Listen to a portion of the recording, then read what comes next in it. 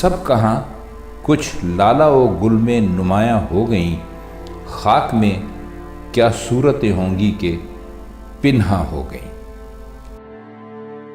بسم اللہ الرحمن الرحیم۔ السلام علیکم ناظرین، FM4 کے ٹی وی کے پروگرام اساطیر میں میں ہوں آپ کا ہوسٹ محمد عثمان۔ خواتین و حضرات، آج ہم ایک ایسی شخصیت کا ذکر خیر کرنے کی سعادت حاصل کریں گے کہ ان کو ایک ایسا اعزاز حاصل ہے جو آج تک کسی انسان کو حاصل نہیں ہے۔ وہ اعزاز یہ ہے کہ اس دنیا کائنات کے اندر کسی بھی شخص کے نکاح میں کسی بھی نبی کی یکے بعد دیگرے 2 بیٹیاں نہیں آئیں۔ ان کو یہ اعزاز حاصل ہے کہ سرکار دو عالم صلی اللہ علیہ وآلہ وسلم کی 2 پیاری بیٹیاں یکے بعد دیگرے ان کے نکاح میں آئی۔ وہ سخی، رحم دل، خیر خواہ، سادگی پسند، حیادار، عبادت گزار، قاری قرآن، حافظ قرآن، ناشر قرآن، جامع القرآن، سب سے زیادہ اس امت میں باحیا، جو مظلوم مدینہ، محب مدینہ، عاشق رسول، امیر المومنین، امام المتقین، امام العاشقین، حضرت سیدنا عثمان بن عفان رضی اللہ تعالیٰ عنہ کا ذکر خیر کرنے کی سعادت حاصل کریں گے۔ حضرت عثمان رضی اللہ تعالیٰ عنہ کو کئی ایسے اعزازات حاصل ہیں کہ جو کسی دوسرے کو حاصل نہیں ہے۔ سرکار نے ان کے لیے فرمایا کہ میری امت میں سب سے زیادہ جو حیادار ہے وہ عثمان ہے۔ حضرت عثمان رضی اللہ تعالیٰ عنہ کو دیکھ کر فرمایا کہ میری امت میں حضرت ابراہیم علیہ السلام سے جو مشابہ ہے وہ سیدنا عثمان غنی رضی اللہ تعالیٰ عنہ ہیں۔ آئیے اس مقدس معطر گفتگو سے اپنی روحوں کو معطر کریں، اور اس معطر گفتگو میں آج میرے پہلے مہمان جو میرے ساتھ موجود ہیں وہ تقریباً 1 دہائی سے گجرانوالہ میں دین اسلام کی خدمت کر رہے ہیں، فاضل نوجوان، عالم بعمل، حضرت مولانا امیر معاویہ آزاد صاحب۔ حضرت صاحب السلام علیکم۔ وعلیکم السلام۔ کیا حال چال ہے آپ کا؟ الحمدللہ۔ خوش آمدید آپ کو ہمارے پروگرام میں۔ شکریہ۔ میرے دوسرے مہمان پہلے دن سے ہمارے ساتھ حضرت علامہ مولانا حافظ محمد عثمان صاحب میرے ساتھ موجود ہیں۔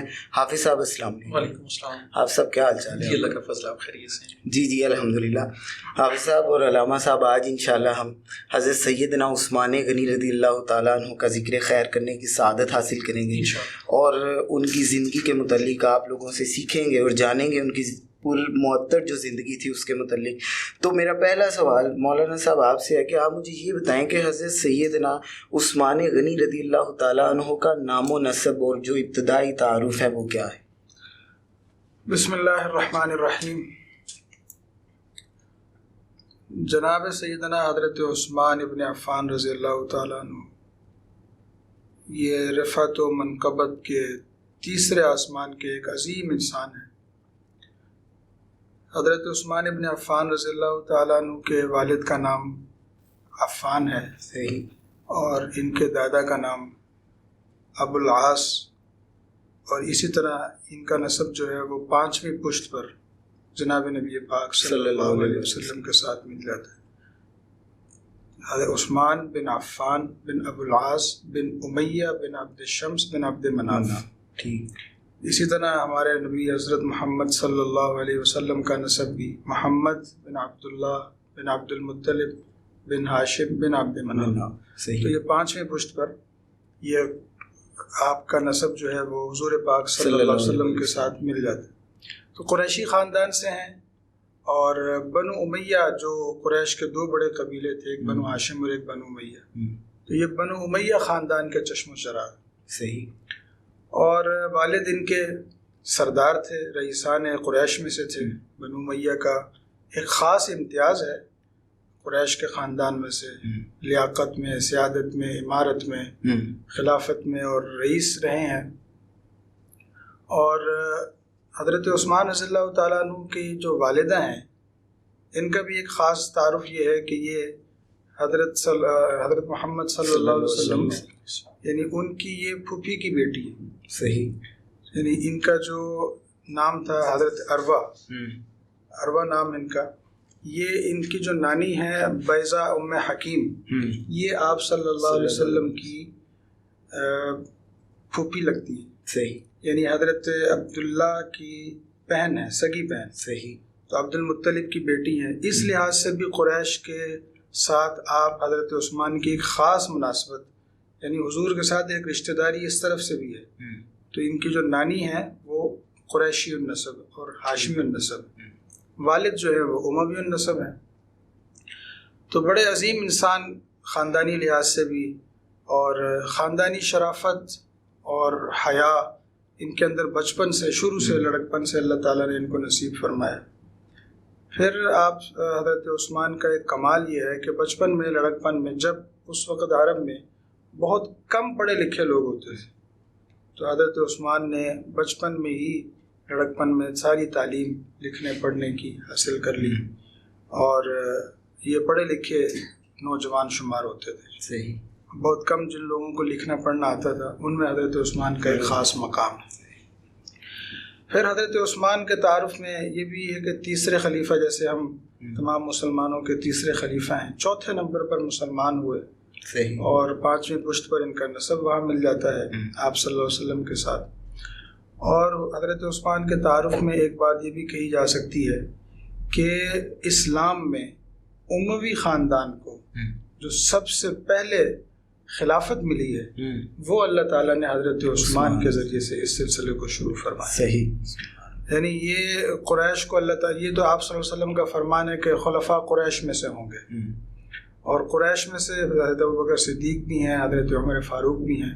تو حضرت عثمان بھی، یہ بنو امیہ کی جو خلافت کا ایک عظیم دور گزرا ہے، اگرچہ بعد میں اس میں ایسے لوگ بھی آئے جنہوں نے ظلم و ستم بھی کیے، لیکن بہرحال حضور کے ساتھ ایک نسبت کی وجہ سے، حضور کے ساتھ ایک تعلق کی وجہ سے، اور آپ صلی اللہ علیہ وسلم کے ساتھ ایک ایمانی اور رشتہ داری، خاندانی تعلق کی وجہ سے حضرت عثمان کو یہ فضیلت حاصل ہے کہ اموی خاندان کے خلافت کا تاج آپ کے سر پر.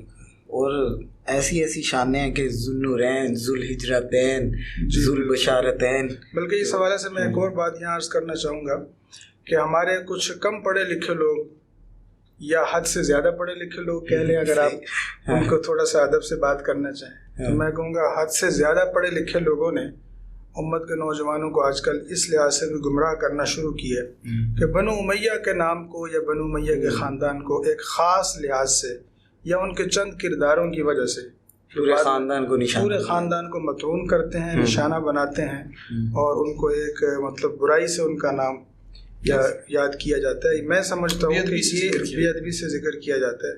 میں سمجھتا ہوں کہ یہ آپ صلی اللہ علیہ وسلم کے دراصل اسی قریشی خاندان کو گالی دینے کے مترادف. صحیح. ہمیں حضور کے اس خاندان کو، ان کا ادب کرنا چاہیے، احترام کرنا چاہیے. تو جو لوگ قصوروار ہیں آپ ان کو بالکل مطعون کریں، لیکن نام لے کر بنو امیہ خاندان کو، سب کو، یہ مجھے لگتا ہے کہ خاص چڑ ہے. تو یہ نہیں ہونی چاہیے. ہمارے لیے دونوں محترم ہیں، بنو ہاشم بھی، بنو امیہ بھی، کیونکہ یہ سب قریشی ہیں، اور قریش جو ہے یہ ہمارے نبی پاک صلی اللہ علیہ وسلم کا ایک خاص تعارف ہے. اور وہ حضرت عثمان قریش کے اتنے لاڈلے تھے. میں ابھی کل پڑھ رہا تھا کہ جب مائیں اپنے بچوں کو لوریاں دیتی تھی تو وہ کہا کرتی تھی کہ اے میرے بیٹے، میں تم سے اتنا پیار کرتی ہوں جتنا قریش والے عثمان سے پیار کرتے. وہ اتنے بڑے شہزادے، ایسے ہی، بالکل ایسے ہی، بہت لاڈلے تھے. اچھا، آپ میرا سوال آپ سے ہے کہ حضرت عثمان رضی اللہ تعالیٰ عنہ جیسے قبول اسلام سے پہلے بھی کبھی زنا نہیں کیا، جھوٹ نہیں بولا، وہ پہلے ہی اپنی نفاست اور شرافت کی وجہ سے مشہور تھے. تو حضرت عثمان رضی اللہ تعالیٰ عنہ اسلام کے دامن میں کس طرح آئے، کس کی دعوت سے آئے، اس کے بارے میں آپ کچھ بتائیں. بسم اللہ الرحمن الرحیم. اللہم صلی علی محمد وعلی آلہ واصحابہ وبارک وسلم وصلی علیہ. عثمان بھائی، ان کی عمر کا 34واں سال تھا کہ جب مکہ مکرمہ کے اندر توحید کا اعلان ہوا، وحدانیت کا اعلان ہوا، نبی کریم صلی اللہ علیہ وسلم نے اپنی نبوت کا اعلان کیا. تو اس وقت اگرچہ ملکی رسم و رواج اور مذہبی تخیل کے لحاظ سے حضرت عثمان غنی رضی اللہ تعالیٰ عنہ کے لیے اور پورے مکہ کے لیے یہ جو آواز تھی، وحدانیت کی آواز یا آپ صلی اللہ علیہ وسلم کی نبوت اور رسالت کی آواز ہے، یہ آواز نامانوس تھی. لیکن اس کے باوجود حضرت عثمان غنی رضی اللہ تعالیٰ عنہ کے اندر جو فطری عفت تھی، جو ان کی پارسائی تھی، ان کی دیانتداری تھی، ان کی راست بازی تھی، ان خوبیوں کو مد نظر رکھتے ہوئے حضرت عثمان غنی رضی اللہ تعالیٰ عنہ ہر وقت اسلام کو قبول کرنے کے لیے نبی کریم صلی اللہ علیہ وسلم کی آواز پر لبیک کہنے کے لیے تیار تھے. صحیح. حضرت ابوبکر صدیق رضی اللہ تعالیٰ عنہ اور حضرت عثمان غنی رضی اللہ تعالیٰ عنہ ان کی آپس میں باہمی دوستی تھی قبول اسلام سے، اعلان نبوت سے پہلے ان کی باہمی دوستی تھی. اور اکثر یہ جب بیٹھتے اور آپس میں بڑی ہنسی مذاق اور سنجیدہ گفتگو اور تجارت کے موضوع پہ گفتگو، مختلف امور پہ گفتگو. کیسا خوبصورت نقطہ ہے کہ ابو بکر عثمان کے دوست تھے. یہ اگر اس فکرے کو بس تھوڑی دیر کے لیے سوچا جائے تو اس میں جو روح کو تازہ کرنے والی بات ہے نا وہ یہ ہے کہ حضرت سیدنا ابو بکر صدیق اور حضرت عثمان غنی یہ دوست تھے.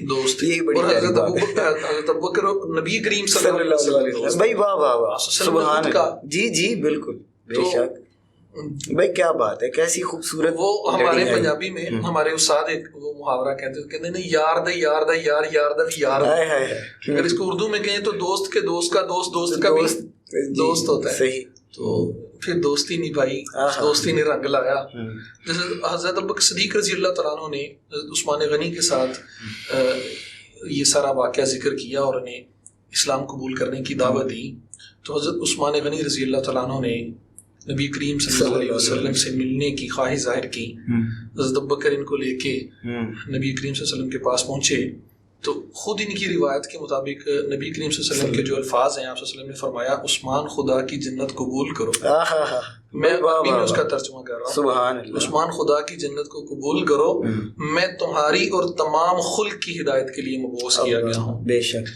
حضرت عثمان غنی فرماتے ہیں یہ اتنے سادہ الفاظ تھے اور نبی کریم صلی اللہ علیہ وسلم کا جو انداز تھا، ان الفاظ اور اس انداز سے میں اس قدر متاثر ہوا کہ میرے پاس کوئی جواب ہی نہیں بچا کہ میرے پاس کوئی جواز نہیں تھا کہ میں اس اسلام کو قبول کروں. بھائی بابا سبحان اللہ. انہوں نے پھر نبی کریم صلی اللہ علیہ وسلم کا کلمہ پڑھا اور کلمہ پڑھنے کے بعد دامن اسلام میں داخل ہوئے اور پھر وہی جو السابقون الاولون میں جتنے بھی صحابہ کرام تھے ان کے ساتھ پھر جو قریش نے جو حشر کیا، جو ظلم و ستم ڈھائے، پھر یہ بھی ان کا مصداق بنے. اور کیسی ممتاز شخصیت ہے کہ عشرہ مبشرہ میں بھی حضرت عثمان ہے، بدری صحابہ میں حضرت عثمان ہے، بیعت رضوان میں حضرت عثمان ہے، خلفائے راشدین میں حضرت عثمان ہے، نبی کے دامادوں میں حضرت عثمان ہے. تاریخ اسلام کا کوئی بھی باب دیکھیں کہیں نہ کہیں حضرت عثمان اپنی خوشبو جو ہے وہ بکھیرے ہوئے ہیں. اس کا وہ حصہ ہے کہاں نہیں ہے. بالکل ایسا.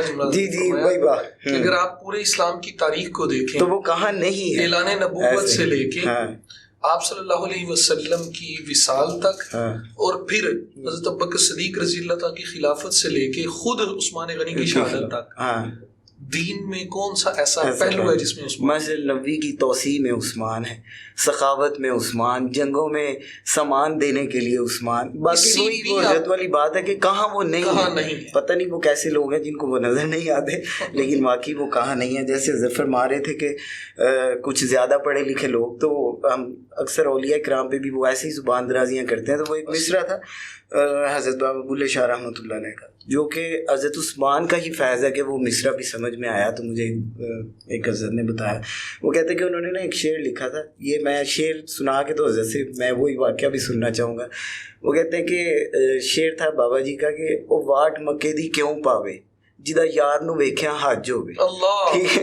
تو وہ کہتے ہیں کہ یہ شعر جو ہے نا، جو اس کی سب سے خوبصورت تشریح ہے وہ یہ ہے کہ جب بیعت رضوان کے موقع پر جب سرکار نے اپنا سفیر بنا کے جس واقعے میں حضرت عثمان کو بھیجا تو وہ حرم مکہ کے صحن میں بیٹھے تھے اور امامہ شریف کی چادر ایسے رکھی ہوئی تھی کہ میری جو نظر ہے وہ خانہ کعبہ پہ نہ پڑے. ٹھیک. تو ان سے کہا کہ عثمان آپ تو آگے ہیں، آپ تو جو ہے وہ طواف کر لیں، عمرہ کر لیں. انہوں نے کہا تم طواف کی بات کرتے ہو، میں کعبے کو اپنے محبوب کے بغیر دیکھتا بھی نہیں. تو انہوں نے ویسے کپڑا آگے رکھا ہوا تھا کہ میری نظر بھی نہ جائے. او واٹ مکے دی کیوں پاوے جدا یار نو ویکھے آج ہوئے. تو علامہ صاحب آپ مجھے یہ بتائیں کہ جو بیعت رضوان والا واقعہ ہے اور اس میں ایک ممتازیت ہے حضرت عثمان رضی اللہ تعالیٰ عنہ کے لیے، اس متعلق آپ تفصیل سے میں آگاہ کریں. جی بیعت رضوان یہ خاص واقعات میں سے ہے، مشہور واقعات میں سے، جس کا قرآن پاک نے بڑی تفصیل کے ساتھ ذکر کیا ہے۔ لقد رضی اللہ عن المؤمنین اذ یبایعونک تحت الشجرۃ فعلم ما فی قلوبہم فانزل السکینۃ علیہم واثابہم فتحا قریبا۔ یعنی اللہ تعالیٰ بات شروع یہاں سے فرما رہے ہیں کہ لقد رضی اللہ عن المؤمنین، اللہ تعالیٰ ان مومنین سے راضی ہو گیا، یعنی رضا کا سرٹیفکیٹ اللہ عرش سے کہہ رہے ہیں کہ میں ان سے راضی ہوں۔ مطلب ایک تو آج ہم دعا کرتے ہیں کہ یا اللہ اپنی رضا نصیب فرما، ہمیں اللہ اپنی رضا کے کام نصیب فرما، اور ایک وہ لوگ تھے جن کو آسمان سے قرآن کی آیت جن کے لیے اتر رہی ہے کہ اللہ ان مومنین سے راضی ہو چکا۔ بھائی واہ واہ واہ، سبحان اللہ، سبحان اللہ جی، پکی سند۔ اچھا، یہ رضا مومنین کو جو مل رہی ہے، یہ 1400 صحابہ کرام تھے صحیح، جو تحت شجرہ درخت کے نیچے جنہوں نے آپ صلی اللہ علیہ وسلم کے ہاتھ پر بیعت کی۔ تو یہ ہمیں ذرا اس کو ذرا غور یہ کرنا چاہیے کہ بیعت کس بات پہ ہو رہی ہے۔ صحیح، اللہ کہہ رہے ہیں کہ جنہوں نے آپ کے ہاتھ پہ بیعت کی درخت کے نیچے، میں ان مومنین سے راضی ہو گئی۔ تو بیعت کس بات پر ہو رہی ہے؟ بیعت اس بات پر ہو رہی ہے کہ آپ صلی اللہ علیہ وسلم نے اپنا عثمان کو اپنا سفیر بنا کر مکہ بھیجا ہے، اور ایک غلط خبر یہ شائع ہو گئی یا افواہ اڑا دی گئی کہ مکے والوں نے عثمان کو شہید کر دیا۔ تو یہ خبر سن کر آپ صلی اللہ علیہ وسلم کو اتنا غصہ آیا، اور آپ نے تمام مومنین کو، یعنی محدثین کرام و مفسرین لکھتے ہیں کہ ویسے جب بھی کوئی کام ہوتا تھا تو آپ صلی اللہ علیہ وسلم اکثر وحی کا انتظار فرمایا کرتے تھے، لیکن اس موقع پر آپ نے وحی کا انتظار نہیں کیا۔ جیسے ہی آپ کو خبر ملی کہ عثمان کو شہید کر دیا گیا، تو آپ نے تمام مومنین کو کہا کہ میرے ہاتھ پر کون کون موت کی بیعت کرے گا، اللہ عثمان کے خون کا بدلہ لینا ہے۔ تو حضور علیہ السلام نے 1400 صحابہ کو جب یہ کہا کہ موت کی بیعت کرنی ہے، تو صحابہ کرام تو لپک پڑے، حضور کی ایک آواز پر لبیک و صادق یا رسول اللہ۔ تو وہ آپ صلی اللہ علیہ وسلم کی ہاتھ پر بیعت کرنا شروع کر دی۔ حضور دائیں ہاتھ پر بیعت لیتے تھے، تو ایک صحابی آ رہا ہے حضور کے دائیں ہاتھ، یا رسول اللہ میں عثمان کے بدلے کے لیے آپ کے ہاتھ پر موت کی بیعت کروں۔ ایک صحابی آ رہا ہے اور آپ کے ہاتھ پہ ہاتھ رکھ رہا ہے۔ آخر میں جب تمام صحابہ کرام وہ یعنی کہ ان کی بیعت ہو گئی، تو حضرت عثمان کی یہ بھی ایک عجیب شان ہے کہ آخر میں جب تمام صحابہ کی بیعت مکمل ہوگی تو حضور کو خیال آیا کہ کاش میرا عثمان بھی اس بیعت میں شامل ہوتے۔ اللہ، تو پھر آپ نے اپنے بائیں ہاتھ کو کہا کہ یہ عثمان کا ہاتھ، بھائی واہ واہ واہ، سبحان اور اللہ، اپنے دائیں ہاتھ پر اپنا بائیں ہاتھ رکھ کے کہا کہ عثمان بھی اس بیعت پر شامل ہوتا ہے۔ اللہ اللہ، اور اللہ کو یہ بیعت عثمان کے خون کے لیے، عثمان کے دفاع کے لیے لوگوں کا اٹھ کھڑے ہونا اور نبی کا اس طرح تمام صحابہ کو جمع کرنا اتنا پسند آیا کہ اللہ تعالیٰ نے ایک تو یہ کہا کہ میں ان مومنین سے راضی ہوں جو عثمان کی دفاع کے لیے، عثمان کے قتل کے دفاع کے لیے یا اس کے بدلے کے لیے حضور کے ہاتھ پر بیعت کر رہے ہیں۔ ایک تو میں ان مومنین سے راضی، اور دوسری بڑی بات عثمان بھائی یہ ہے کہ اللہ تعالیٰ کو یہ بیعت اتنی پسند آئی کہ اللہ فرماتے ہیں ید اللہ فوق ایدیہم، یعنی نیچے محمد رسول اللہ کا ہاتھ ہے صلی اللہ علیہ وسلم، اوپر 1400 صحابہ کا ہاتھ ہے، پھر اس کے اوپر دوسرا ہاتھ ہے رسول اللہ کا جو عثمان کے نام پر ہے، اور اللہ کیا فرماتے ہیں ید اللہ فوق ایدیہم، یہ جتنے نیچے ہاتھ ہیں ان سب ہاتھوں پر اللہ کا ہاتھ۔ بھائی واہ، سبحان اللہ۔ یہ ایک بیعت رضوان بہت شاندار واقعہ ہے جس میں صحابہ کرام کو صرف عثمان کے لیے کھڑے ہونے کی وجہ سے اللہ تعالیٰ نے ان کے ساتھ رضا کا اعلان کیا۔ سبحان اللہ۔ تو حضرت عثمان کی زندگی میں ویسے تو ہر واقعہ ان کا بڑا با کمال ہے اور بڑا شان والا ہے، تو 3-4 واقعات ان کی ایسے ہیں جو حضرت عثمان کو صرف نصیب ہوئے اور جن کی وجہ سے ان کی شان بہت نمایاں ہو جاتی ہے۔ ان میں سے ایک یہ بیعت رضوان بھی ہے، بلکہ حضرت عبداللہ بن عمر کا واقعہ ہے کہ ایک شخص ان کی مجلس میں آیا اور کہا کہ جی میں آپ سے کچھ سوال پوچھنا چاہتا ہوں۔ تو انہوں نے کہا پوچھو۔ تو وہ اس وقت کے جو پروپیگنڈا کا شکار ہوگا، کوئی سبائیوں کے پروپیگنڈے کا شکار جو صحابہ کرام کے بارے میں غلط قسم کے عقائد اور نظریات لوگوں میں پروان چڑھاتے رہتے ہیں، تو اس نے سوال کیا جی میں آپ سے سوال یہ پوچھنا چاہتا ہوں، ابھی جیسے بات ہو رہی تھی عثمان کہاں نہیں تھے، تو میں آپ کو یہ بتاؤں اس واقعے سے پتہ چلے گا کہ جہاں کہیں اگر عثمان نہیں بھی تھے تو اللہ کے نبی نے نہ ہونے کے باوجود بھی عثمان کو سبحان اللہ سبحان اللہ بھائی واہ واہ واہ. تو وہ شخص نے سوال پوچھا عبداللہ بن عمر سے کہ میں آپ سے یہ پوچھتا ہوں کہ کیا بدر میں عثمان تھے؟ تو انہوں نے کہا نہیں تھے. صحیح، بدر میں نہیں تھے. دوسرا سوال انہوں نے پوچھا کہ احد میں بھی عثمان بھاگ گئے تھے، فرار ہو گئے تھے جب جنگ کا دوسرا حملہ ہوا؟ تو انہوں نے کہا بات ٹھیک ہے، بالکل فرار ہو گئے تھے. صحیح. تو تیسرا اس نے سوال یہ کیا کہ بیعت رضوان میں بھی عثمان نہیں تھے؟ تو انہوں نے کہا بیعت رضوان میں بھی عثمان نہیں تھے. تو اس نے نعرہ لگایا، اس نے اللہ اکبر کہا، اتنے اسلام کے بڑے بڑے واقعات، بدر ہے، احد ہے اور بیعت رضوان ہے، تینوں جگہ تو عثمان ہے نہیں. تو یعنی وہ کہنا یہ چاہ رہا تھا کہ عثمان کی کوئی شان فضیلت نہیں ہے. تو عبداللہ بن عمر نے کہا کہ او نوجوان ادھر ذرا بیٹھو، بات ذرا تفصیل سے سنو. اب میں تمہیں بتاتا ہوں کہ عثمان کہاں نہیں تھے. تو فرمایا کہ بدر میں آپ صلی اللہ علیہ وسلم نے حضرت عثمان کو خود پیچھے گھر پر چھوڑا تھا کہ میری بیٹی رقیہ جو کہ حضرت عثمان کی زوجہ محترمہ ہیں، سیدہ رقیہ بنت محمد صلی اللہ علیہ وسلم، تو وہ مریضہ تھیں، وہ بیمار تھیں، تو آپ نے ان کی تیمارداری کے لیے عثمان کو خود چھوڑا. تو حضرت عثمان نے پوچھا یا رسول اللہ، بدر اسلام کا پہلا جنگی معرکہ ہے، میں اس میں شامل نہیں ہوں گا تو ثواب کا کیا بنے گا؟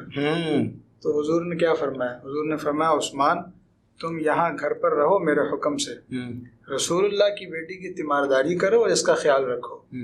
میں تم سے وعدہ کرتا ہوں کہ ثواب میں بھی تم شامل ہوگے اور مال غنیمت میں بھی تم شامل. اللہ اللہ. اور پھر جب حضور سے بدر سے جنگ جیت کر آئے تو وہ کسی نقشہ کھینچنے والے نے کیا خوب نقشہ کھینچا ہے کہ جب بدر کی خوشخبری، جیت کی خوشخبری پہنچی ہے مدینے میں، تو اس وقت حضرت عثمان حضرت رقیہ کو دفنا کر ان کی قبر پر مٹی ڈال رہے تھے، ان کی قبر کے سرانے بیٹھے ہوئے تھے. تو جب آپ صلی اللہ علیہ وسلم پہنچے تو کہا کہ عثمان خوشخبری ہو، ہم بدر جیت آئے ہیں. تو حضرت عثمان کی آنکھوں میں آنسو تھے اور کہا یا رسول اللہ آپ تو بدر جیت آئے ہیں لیکن میں رقیہ ہار بیٹھا. تو وہ حضرت رقیہ کی تیمارداری کی وجہ سے پیچھے رہ گئے تھے، اس کے باوجود بھی آپ صلی اللہ علیہ وسلم نے مال غنیمت میں ان کا حصہ نہ ہونے کے باوجود مقرر فرمایا. جو موجود ہونے والوں کو دیا وہ عثمان کو بھی دیا. گویا وہ میں کہہ رہا ہوں کہ وہ جہاں نہیں بھی تھے حضور نے وہاں بھی ان کو شامل کی. اور دوسرے سوال کا جواب حضرت عبداللہ بن عمر نے دیا کہ تم کہہ رہے ہو کہ عثمان احد میں پہاڑ پر چڑھ گئے تھے اور میدان سے نکل گئے تھے، تو یہ واقعہ تو اللہ نے قرآن میں بیان فرما کر اس کے بعد اللہ تعالیٰ نے عام معافی کا اعلان فرما دیا ہے. تو عثمان کو تو یہ شان حاصل ہے کہ ان سے اگر کوئی غلطی ہوئی بھی، وہ نبی تو نہیں ہے نا، ہمارا تو عقیدہ ہے کہ صرف نبی معصوم ہوتا ہے، باقی صحابہ تو محفوظ ہیں، غلطیاں ہوں گی لیکن معافی ہے. تو میرے تیرے سے غلطی ہو جائے تو ہم تو معافیاں مانگتے رہے، ہمیں تو نہیں پتہ کہ معافی ملی بھی ہے یا نہیں. عثمان کو تو یہ سعادت حاصل ہے کہ ان سے وہاں جو غلطی ہوئی اس پر اللہ تعالیٰ نے معافی کا اعلان فرما دیا ہے. تو جس کو اللہ معاف کر بیٹھا ہے وہاں تیری کیا اوقات. ایسے ہی.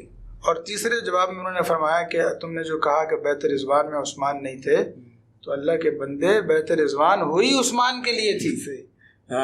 اور اس میں عثمان کیسے نہیں تھے؟ اس میں تو عثمان حضور کے ہاتھ کی شکل میں وہاں موجود تھے. صحیح بات، سبحان اللہ. تو یہ حضرت عثمان رضی اللہ تعالیٰ عنہ کا یہ کمال ہے، اللہ نے ان کو یہ شان عطا فرمائی. پھر 20 واقعات ہیں، مطلب یہ تو ایک لمبی تفصیلی گفتگو ہو سکتی ہے اس پر، کہ قرض معاف کرنے والے حضرت عثمان، پھر حضور کو ان سے اتنا پیار، حضور کے بیٹے ہیں نا جی، داماد ہیں، دوہرے داماد. جی جیسے آپ نے انٹرو میں کہا کہ یہ واحد امتی ہیں جن کو کسی نبی کی 2 بیٹیاں عقد میں نصیب ہوئی. یہ پوری کائنات میں واحد ان کو شرف حاصل. جی جی بالکل. تو یہ حضرت عثمان، ان سے حضور کو اتنا پیار تھا کہ اگر کوئی شخص مدینے میں مر جاتا تو حضور اس کا نام پوچھتے کہ کون مرا ہے. اور اگر حضور کو پتہ چلتا کہ یہ وہ شخص ہے جو عثمان کے ساتھ دلی طور پر کینہ یا بغض رکھتا تھا، حضور فرماتے میں جنازہ نہیں پڑھا تھا، خود پڑھ. اللہ. حدیث میں یہ واقعہ لکھا کہ ایک جنازہ آپ کے پاس سامنے لایا گیا تو آپ نے فرمایا کہ یا رسول اللہ جنازہ پڑھائیں، مسلمان مر گیا ہے، فوت ہو گیا. تو آپ نے فرمایا کہ میں جنازہ نہیں پڑھاؤں گا. صحیح. تو صحابہ نے پوچھا یا رسول اللہ آپ تو محبوب کائنات اور رحمت للعالمین، تمام جہان کے لیے رحمت للعالمین ہیں. فرمایا میں جنازہ نہیں پڑھاؤں گا. کہا یا رسول اللہ آپ جنازہ نہیں پڑھائیں، آپ تو لوگوں کی مغفرت کے لیے اگر دعا کر دیں، چلو مانا گناہ گار بھی ہے، اگر آپ دعا کر دیں تو معافی مل جائے گی. آپ نے فرمایا میں جنازہ نہیں پڑھاؤں. اور پھر آپ نے حضور نے وجہ فرمائی انہ کان یبغض عثمان، یہ شخص میرے عثمان سے بغض رکھتا تھا. جو عثمان سے بغض رکھتا ہو وہ کلمہ پڑھے یا مسلمان ہو، جنازہ رسول اللہ کے سامنے بھی آ جائے، میں رحمت للعالمین ہونے کے باوجود بھی اس کا جنازہ نہیں پڑھوں. اللہ. یہ حضور کا تعلق ان کے ساتھ تھا. اللہ تبارک و تعالیٰ ان کے درجات کو بلند فرمائے اور ان کے ساتھ محبت رکھنے کی وجہ سے ہمیں بھی کوئی ایمان کا حیا کا ذرہ نصیب فرمائے. ایسے ہی. اچھا آپ صاحب آپ مجھے یہ بتائیں کہ حضرت سیدنا عثمان غنی رضی اللہ تعالیٰ عنہ کے جیسے جہاں پہ بہت سے اعزازات ہیں، وہ ذوالحجرتین بھی اور ذوالنورین بھی ہیں، ان دونوں القابات کی وجہ کیا ہے؟ اس کے متعلق آپ ہمیں ذرا. عثمان بھائی، عثمان غنی رضی اللہ تعالیٰ عنہ کے قبول اسلام کے بعد جب قریشیوں کا ظلم و ستم بڑھا، جتنے بھی وہ اس وقت تقریباً 40 کے قریب صحابہ کرام تھے ایک روایت کے مطابق، جب ظلم و ستم حد سے زیادہ ہوا تو نبی کریم صلی اللہ علیہ وسلم نے حکمت کے پیش نظر خود ان سے فرمایا کہ آپ یہاں سے ہجرت کر جائیں. صحیح. آپ صلی اللہ علیہ وسلم کی خواہش اور آپ صلی اللہ علیہ وسلم کے حکم کے مطابق حضرت عثمان غنی رضی اللہ تعالیٰ عنہ نے بھی اپنی زوجہ محترمہ، جو جیسے آپ نے کہا ذوالنورین بھی ہیں، نبی کریم صلی اللہ علیہ وسلم کی صاحبزادی حضرت رقیہ بنت محمد صلی اللہ علیہ وسلم، ان کو ساتھ لیا اور وہاں سے ہجرت کر گئے حبشہ کی طرف دیگر صحابہ کے ساتھ. جب حبشہ پہنچے تو آپ صلی اللہ علیہ وسلم کے ساتھ کچھ عرصہ کے لیے رابطہ منقطع ہو گیا. تو آپ صلی اللہ علیہ وسلم بہت زیادہ پریشان رہتے، غمگین رہتے، اور اگر کوئی مسافر ملتا تو اس سے پوچھتے کہ عثمان سے ملاقات ہوئی. ایک خاتون نے آگے بتایا کہ میں نے عثمان کو اور رقیہ کو، آپ کے بیٹے کو اور آپ کی بیٹی کو دیکھا. جب آپ صلی اللہ علیہ وسلم نے یہ سنا تو آپ صلی اللہ علیہ وسلم کے چہرے پہ مسکراہٹ نمودار ہوئی اور آپ صلی اللہ علیہ وسلم نے فرمایا کہ ان عثمان اول من ہاجر باہلہ من ہذہ الامہ، کہ بے شک عثمان وہ شخص ہے جس نے اس امت میں سب سے پہلے اپنی تمام اہل و عیال کے ساتھ ہجرت کی، وہ شخص عثمان ہے. یہ بھی حضرت عثمان غنی رضی اللہ تعالیٰ عنہ کا ایک اعزاز ہے کہ اپنی پوری فیملی کے ساتھ، اپنے پورے اہل و عیال کے ساتھ اپنا سب کچھ چھوڑ کے اسلام کے لیے، نبی کریم صلی اللہ علیہ وسلم کے لیے وہاں سے ہجرت کر گئے. اپنا گھر بار چھوڑنا آسان نہیں ہوتا. ایک شخص گھر سے ایک شخص چلا جائے نا پردیس، آج کے دور میں بھی اگر ہم دیکھیں بہت جدید دور ہے، رابطے ہیں، ایک سیکنڈ کا آپ کو انفارمیشن ہوتی ہے کہ کون کہاں پہ اور کیا کر رہا ہے، جدید کمیونیکیشن ہے. اس وقت کیا تھا؟ کچھ بھی نہیں تھا. مہینوں بعد، سالوں بعد کوئی اگر کوئی مسافر آیا تو پیغام آ گیا، نہ آیا تو نہ صحیح. ایسے موقع پہ صرف اور صرف اسلام کی خاطر، اسلام کی سربلندی کی خاطر اور نبی کریم صلی اللہ علیہ وسلم کے حکم کو بجا لاتے ہوئے وہاں سے اپنے سارے اہل و عیال کو لے کے چلے گئے. پھر حبشہ کے اندر قیام کیا. جب مکہ کی ایک افواہ پھیلی کہ قریش کی طرف سے کہ مکہ کے حالات اب بڑے خوشگوار ہیں اور مسلمانوں کے لیے راہ ہموار ہو چکی ہے، تو اس افواہ جب یہ جتنے بھی اس وقت حبشہ کے اندر مہاجرین تھے ان تک پہنچی تو ان میں سے اکثر و بیشتر نے مکہ کا ارادہ کیا واپس. تو جب حضرت عثمان غنی رضی اللہ تعالیٰ واپس مکہ پہنچے تو دیکھا کہ یہ صرف ایک افواہ تھی. قریش کے ظلم و ستم تو ویسے ہی ہیں بلکہ شاید پہلے سے بھی بڑھ چکے ہیں. تو کچھ صحابہ کرام تو پھر واپس چلے گئے دوبارہ، لیکن کچھ صحابہ کرام پھر وہیں پہ قیام پذیر ہو گئے. حضرت عثمان غنی اور حضرت رقیہ رضوان اللہ علیہ مجمعین یہ بھی انہی میں سے شامل تھے. پھر یہ دوبارہ حبشہ نہیں گئے. لیکن ایک وقت کے بعد جب نبی کریم صلی اللہ علیہ وسلم کو ہجرت کا حکم ہوا اور آپ صلی اللہ علیہ وسلم سے کہا گیا کہ آپ اپنے اصحاب کے ساتھ ہجرت کر جائیں مدینہ کی طرف، ابشا کی طرف، وہ یثرب کی طرف. تو اس وقت پھر حضرت عثمان غنی رضی اللہ تعالیٰ عنہ نے بھی اپنی فیملی کے ساتھ دوبارہ ہجرت کی، مدینہ منورہ پہنچے. اس وجہ سے ان کو ذو ہجرتین کہا جاتا ہے. اور جب مدینہ منورہ پہنچے تو وہاں بھی اس وقت سب سے بڑا جو مسلمانوں کے لیے، انصار کے لیے، مہاجرین کے لیے جو سب سے بڑا مسئلہ تھا وہ پانی کا مسئلہ تھا. وہاں پہ پانی، پورے مدینہ منورہ کے اندر پانی نہیں تھا پینے کے لیے. ایک ہی کنواں تھا جس کا پانی صاف تھا، میٹھا تھا، اور وہ کنواں کسی یہودی کے پاس تھا، اور وہ منہ مانگے داموں سے پانی فروخت کرتا، اور مرضی ہوتی کرتا، مرضی نہ ہوتی نہ کرتا. تو آپ صلی اللہ علیہ وسلم اس بات کو لے کے بڑے پریشان تھے، اور آپ صلی اللہ علیہ وسلم نے اس خواہش کا اظہار کیا کہ کون ہے جو مسلمانوں کے لیے اس کنویں کو خرید کے وقف کر دے. صحیح. یہ بات حضرت عثمان غنی رضی اللہ تعالیٰ عنہ کے کانوں میں پڑنے کی دیر تھی کہ پہنچ گئے اور ان سے عثمان کہاں نہیں عثمان کہاں نہیں ان سے کہا کہ میں اس کو خریدنا چاہتا ہوں. انہوں نے کہا میں بیچنا نہیں چاہتا. انہوں نے کہا میں خریدنا چاہتا ہوں. بحث و مباحثہ شروع ہوا. وہ کہنے لگا میں بیچنا نہیں چاہتا. حضرت قیمت بڑھاتے گئے، 1000 درہم، 2000 درہم، 3000 درہم. جب حضرت نے دیکھا کہ وہ کسی طرح بھی اس کنویں کو خرید بیچنے کے حق میں نہیں ہے تو حکمت کے پیش نظر حضرت نے کہا کہ ایسا کرتے ہیں، آپ مجھے سارا کنواں نہ بیچیں، آپ مجھے آدھا کنواں بیچ دیں. کیا عالی ذہانت ہے. انہوں نے کہا آدھا کنواں کیسے بیچوں؟ حضرت نے فرمایا ایک دن میرا اور ایک دن آپ کا. صحیح. ایک دن میرا اور ایک دن آپ کا. آدھے کنویں میں آپ جتنی مرضی میرے سے قیمت دے لیں. تو جب اس نے یہ سنا تو وہ بڑا خوش ہوا. اس نے سوچا کہ یار ایک تو یک دم ایک اچھی خاصی رقم میرے پاس آ جائے گی، اور عثمان غنی بھی تاجر ہیں تو یہ بھی تو تجارت کی غرض سے ہی خرید رہے ہیں. یہ نہیں پتا تھا نا کہ یہ عشق کی غرض سے خرید رہے ہیں، تجارت دنیا سے نہیں، یہ اللہ سے تجارت کر رہے ہیں. ایسے ہی یہ تجارت کی غرض سے خرید رہے ہیں.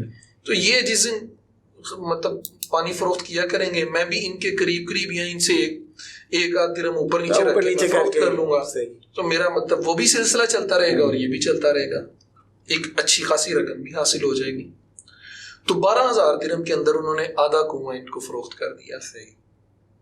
حضرت عثمان غنی رضی اللہ تعالیٰ عنہ نے جب کنواں خریدا تو آپ صلی اللہ علیہ وسلم کی بارگاہ اقدس میں تشریف لائے اور کہا کہ یا رسول اللہ میں نے اس یہودی سے سودا کر لیا ہے، اب ایک دن کنواں ہمارا مسلمانوں کے لیے وقف ہے اور وہ جتنا چاہیں پانی بھریں، دوسرے دن اس یہودی کا کنواں ہے. تو آپ صلی اللہ علیہ وسلم نے جب اعلان کیا تو اب اتفاق یہ تھا کہ جس دن حضرت عثمان غنی رضی اللہ عنہ کی باری ہوتی سارے اہل مدینہ وہاں سے پانی بھر لیتے، بلکہ اگلے دن کا بھی سٹور کر لیتے، اور غیر مسلموں کو بھی اجازت دی کہ وہ بھی آگے پانی لے سکتے. اب اس یہودی کا کاروبار بالکل ٹھپ ہو گیا. جب اس نے دیکھا تو وہ پریشان ہو گیا. پھر وہ حضرت عثمان غنی رضی اللہ عنہ کی خدمت میں حاضر ہوا اور آ کے گزارش کی کہ آپ میرے سے باقی کا آدھا کنواں بھی خرید دیں. قربان جائیں پھر حضرت کے ظرف پہ. پھر بھی اب اگر وہ چاہتے مطلب اگر وہ تجارت کے اصولوں کو دیکھتے تو وہ کہتے میں نہیں خریدتا یا میں بھائی اتنی قیمت دوں گا. پھر بھی اس کے منہ مانگی قیمت دی. 8000 درہم ٹوٹل 20000 درہم کے اندر یہ کنواں خرید کے مسلمانوں کو لیے وقف کیا. اور عثمان بھائی میں گزشتہ دنوں پڑھ رہا تھا کہ اس کا فیضان آج تک جاری و ساری ہے. ابھی سعودی عرب کی ویب سائٹ پہ بھی کچھ حضرت عثمان غنی رضی اللہ عنہ کی شہادت کے 18 ذی الحجہ کے موقع پہ کچھ جاری انہوں نے کیا تو انہوں نے بتایا کہ حضرت عثمان غنی رضی اللہ تعالیٰ عنہ کی نام پہ آج بھی سعودی عرب کے اندر ایک بینک اکاؤنٹ ہے اور باقاعدہ ان کے نام پہ ایک ہوٹل ہے فندق عثمان کے نام سے، اور اس کی جتنی کمائی آتی ہے اس کا نصف جو ہے وہ غرباء اور مساکین کے اندر تقسیم کیا جاتا ہے اور بقایا کا جو نصف ہے وہ دوبارہ ان کے بینک اکاؤنٹ میں جمع کر دیا جاتا ہے. اور یہ ان کا فیضان آج سے تقریباً 1450 سال پہلے نبی کریم صلی اللہ علیہ وسلم کی زبان اطہر سے نکلے ایک جملے کو پورا کرنے کے لیے جو انہوں نے قدم اٹھایا تھا، اس کا فیضان آج تک پوری دنیا اس سے فیض یاب ہو رہی ہے۔ اللہ تبارک و تعالیٰ عثمان بھائی آپ کو لے کے جائیں۔ معذرت عثمان بھائی، آپ کہہ رہے تھے عثمان کہاں نہیں ہے، اس سے وہ تو اس سے اگلا جملہ آ گیا کہ عثمان ہی تو ہے جو آج تک بھی موجود ہے۔ بھائی واہ واہ واہ، سبحان اللہ تبارک و تعالیٰ ہم سب کو بار بار اپنے گھر کی اور روضہ رسول صلی اللہ علیہ وسلم کی حاضری نصیب فرمائیں۔ آپ جب مسجد نبوی کے اندر جائیں نا عثمان بھائی، جگہ جگہ پہ کولر لگے ہوں گے یا پانی کی بوٹلز ہوں گی جو فی سبیل اللہ وہاں پہ تقسیم ہو رہی ہوتی ہیں، اور اس کے اوپر لکھا ہوتا ہے سقایا عثمان۔ اللہ سبحان اللہ، آج بھی یعنی حضرت عثمان غنی رضی اللہ تعالیٰ کا وہ فیضان، پانی کا بھی وہ فیضان آج بھی جاری و ساری مدینہ منورہ کے اندر فری پانی تقسیم کیا جاتا ہے، جگہ جگہ پہ ان کے نام کے کولر لگے ہوتے ہیں، بوٹلز کے اندر تقسیم کیا جاتا ہے۔ تو یہ وجہ تھی جن کو ان کو ذو ہجرتین کہا گیا، اور ذی نورین، ایک تو حضرت رقیہ سے آپ ان کے نکاح میں آئیں آپ صلی اللہ علیہ وسلم کی بڑی اور پیاری صاحبزادی، اور جیسے حضرت فرما رہے تھے کہ حضرت عثمان غنی رضی اللہ تعالیٰ عنہ نے بدر کے اندر شرکت نہیں کی لیکن بدری شمار ہو گئے، ایسے اجر بھی ان کو برابر ملا، اور جو مال غنیمت حاصل ہوا تھا وہ مال غنیمت کا بھی ان کو برابر حصہ، جتنا ایک مجاہد کو ملنا چاہیے تھا ان کو ملا۔ تو جب پریشان تھے، اچھا اس وقت آپ صلی اللہ علیہ وسلم نے ان پہ کیا نظر شفقت فرمائی کہ صرف اور صرف ان کو مال غنیمت اور اجر میں حصہ نہیں دیا، بلکہ اس کے ساتھ ساتھ جب دیکھا کہ مال غنیمت ادا کرنے سے بھی عثمان کی پریشانی ختم نہیں ہوئی، اصل تو غم تو کچھ اور تھا نا، اصل غم حضرت عمر فاروق رضی اللہ عنہ آئے اور تسلی دی کہ عثمان آپ کیوں پریشان ہو رہے ہیں، اللہ تبارک و تعالیٰ آپ کے لیے کوئی اور ذریعہ بنا دیں گے۔ تو حضرت عثمان غنی رضی اللہ تعالیٰ کی آنکھوں سے آنسو جاری ہو گئے، انہوں نے کہا میرے پاس یہی تو ایک ذریعہ تھا۔ حضرت عمر سے کہنے لگے کہ عمر آپ نے نہیں سنا کہ نبی کریم صلی اللہ علیہ وسلم نے کہا کہ صرف ایک ہی تعلق اور ایک ہی رشتہ کام آئے گا اور وہ میرا رشتہ ہوگا، تو آج تو وہ رشتہ بھی منقطع ہو گیا، میں تو اس وجہ سے روتا ہوں۔ آپ صلی اللہ علیہ وسلم نے پھر نظر شفقت فرمائی اور اپنی دوسری بیٹی حضرت ام کلثوم رضی اللہ تعالیٰ عنہ کا نکاح حضرت عثمان غنی رضی اللہ تعالیٰ عنہ سے کر دیا۔ یہ وہ موقع تھا جب ان کو ذو النورین کا بھی لقب حاصل ہوا۔ تو اللہ تبارک و تعالیٰ کی خاص نظر شفقت، نبی کریم صلی اللہ علیہ وسلم کی بے انتہا محبت، یہ اسی کا پیش خیمہ تھا۔ اس سے آگے بھی حضرت یہ بات فرمائی حضرت نے کہ دوسری بیٹی حضرت ام کلثوم، سیدہ ام کلثوم کا نکاح حضرت عثمان سے کیا، تو تاریخ بتاتی ہے کہ سیدہ ام کلثوم بھی پھر بیمار ہوئیں اور فوت ہوئیں حضور صلی اللہ علیہ وسلم کی زندگی میں، اور عثمان پھر پریشان کہ پھر دامادی کا اور سسر کا رشتہ ختم ہو گیا اور حضور کے ساتھ رشتہ داری ختم ہو رہی۔ تو حضور نے عثمان کی یہ پریشانی کو دیکھ کر ایک ایسا جملہ ارشاد فرمایا کہ جس پر آج تک اہل دانش حیران ہیں کہ حضور کو اتنا پیارا تھا یہ داماد کہ اتنا باحیا، فرمایا کہ عثمان تو مجھے اتنا پیارا ہے، اتنا باحیا داماد کس کو ملے، مطلب وہ اچھا داماد کسی کو مل جائے تو وہ وارے نیارے ہو گئے۔ تو حضور کیا فرما رہے ہیں؟ حضور فرمایا عثمان یہ صرف تیرا نقصان نہیں، یہ میرا بھی نقصان ہوا ہے، اور میں یہ کہتا ہوں کہ اگر خدا کی قسم اگر میرے پاس 40 بیٹیاں بھی ہوتی اللہ اور یکے بعد دیگرے فوت ہو جاتی لیکن مجھے تیری ساتھ تجھے بیٹا بنانے کا اور داماد بنانے کا اتنا شوق ہے اور میں چاہتا ہوں کہ تو میرا داماد رہے، میں ایک ایک کر کے اپنی ہر بیٹی کو تیرے ساتھ نکاح کر۔ بھائی واہ، سبحان اللہ، سبحان۔ بہت شکریہ علامہ صاحب آپ کا، حافظ صاحب بہت شکریہ آپ کا، اللہ تعالیٰ آپ کو جزائے خیر عطا کرے۔ حافظ صاحب جب وہ حضرت عثمان رضی اللہ تعالیٰ عنہ کی سخاوت کا ذکر فرما رہے تھے تو حاتم کو اکثر سمجھا جاتا ہے کہ وہ سخی ہے، تو حاتم سے فیض یاب ہونے والا آج شاید اس دنیا میں کوئی نہیں ہے، اور وہ صرف سیدنا عثمان غنی رضی اللہ تعالیٰ عنہ کی شخصیت ہے کہ ان کی سخاوت کا فیض آج بھی جاری و ساری ہے۔ وہ علامہ ابوبکر صاحب نے ایک شعر لکھا، وہ کہتے ہیں کہ حاتم کبھی کشکول تہ دست عطا ہے، حاتم کبھی کشکول تہ دست عطا ہے، تو ایسا سخی ایسا سخی ایسا سخی ہے۔ تو بے شک حضرت عثمان رضی اللہ تعالیٰ عنہ کی سخاوت کا جو فیض ہے وہ آج بھی جاری و ساری ہے۔ اللہ کریم جہاں پہ حضرت عثمان غنی رضی اللہ تعالیٰ عنہ آرام فرما ہے وہاں پر کروڑا رحمت نازل فرمائے اور ہمارے دلوں میں ہمیشہ حضرت عثمان رضی اللہ تعالیٰ عنہ کی محبت مزین رکھے۔ آج پروگرام پیش کرتے ہوئے کہیں کوئی غلطی کوتاہی غفلت ہوئی تو میں اپنے اللہ کی بارگاہ سے معافی کا خواستگار اور توبہ کا طلبگار ہوں۔ اگلے پروگرام تک کے لیے اجازت دیجیے۔ والسلام علیکم ورحمۃ اللہ وبرکاتہ۔